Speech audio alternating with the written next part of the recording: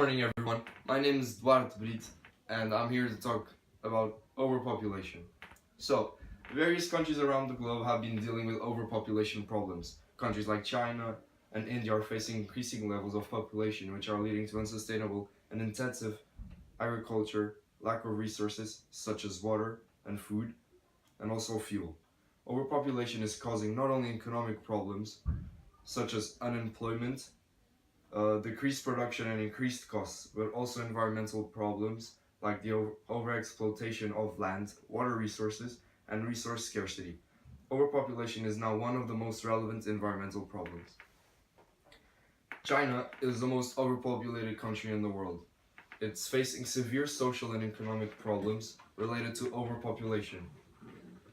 China is the world's top mining country. The lack of local reserves forces local companies to hunt for mining deals around the globe. In India, during the summer, there is water shortage with temperature above 40 degrees. This means that resources are not being fairly distributed amongst the citizens in both countries. The Chinese government has incorporated different control methods to decrease the problem with some reasonable success. India is another example of a country which is overpopulated, with over 1 billion people, the world's most populous country in the world after China. Some of the causes being the birth rate being higher than the death rate. Family rate has decreased, but it is still a lot higher compared to other countries. Early marriage, poverty and illiteracy, and illegal migration are also causing these high numbers. Population control policies have been adopted by both countries to battle this environmental issue, like the one-child policy in China and the spread of education in India are some examples. Global pattern masks a great deal of heterogeneity across countries. Faster population growth started at different points in time in each country.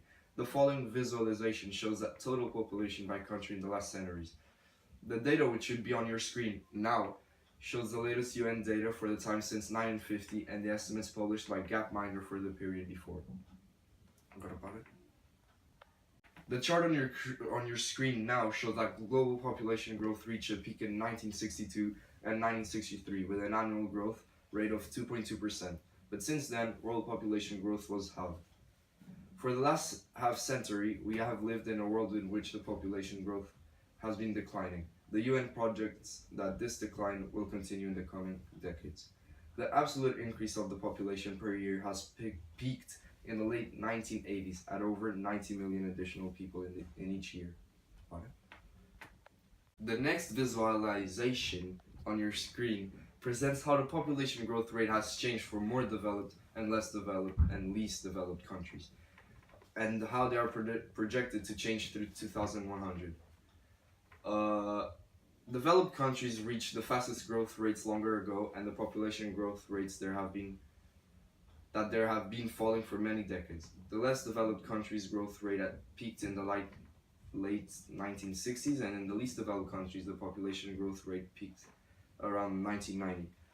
Over the last 2 decades, we are seeing declining population growth rates in countries at all stages of development. Population growth results from the differences between births and deaths. The two visualizations on your screen show how these aspects have changed since 1950. The difference gives us the global population growth in absolute numbers. Every year, 141 million are born and 57 million die. This means that we're adding 84.21 million to the world population every year. China has basically 20% of the world's population. In the last couple of years, China has been facing serious social, environmental, and economic problems associated with overpopulation. Overly populated regions lead to degradation of land and lack of resources, pollution, and bad living conditions. The Chinese government has put in action some solutions that have had some reasonable success. They have used several methods to control the growth of population. In 1979, it was put in action the one-child per family policy.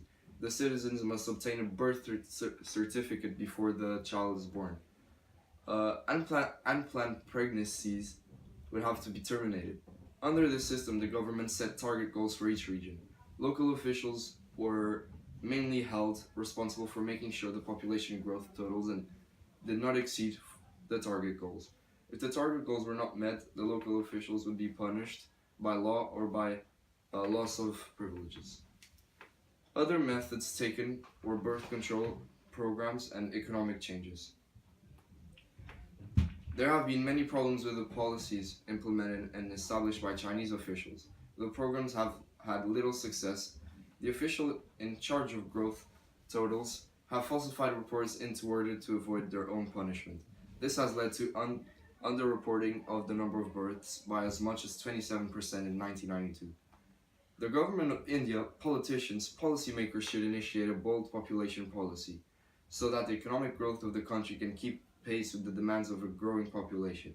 Major steps which have been already implemented but still need to be emphasized more to control population, increasing the welfare and status of women and girls, spread of education, sex education, encouraging male sterilization and spacing births, free distribution of contraceptives and condoms among the poor, encouraging female empowerment, more healthcare centers for the poor, to name a few, can play a major role in controlling the population.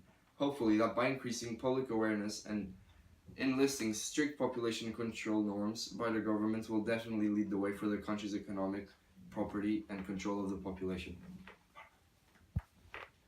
Overpopulations. If the solutions implemented and established in the different countries are not followed and not done, major consequences will occur. The following being lack of resources, meaning there isn't enough water for everyone, there isn't enough food for everyone, and there aren't enough resources for everyone. If this happens, means that the solutions are not being taken seriously and are not met by the citizens of the country. Basically saying, we don't want a better life. Citizens must meet the requirements and try to improve not only their lifestyle, but improve the world. If you want to change the world, first try to improve and bring about a change in yourself. That will help change your family. From there, it just gets bigger and bigger. Everything we do has some effect, some impact.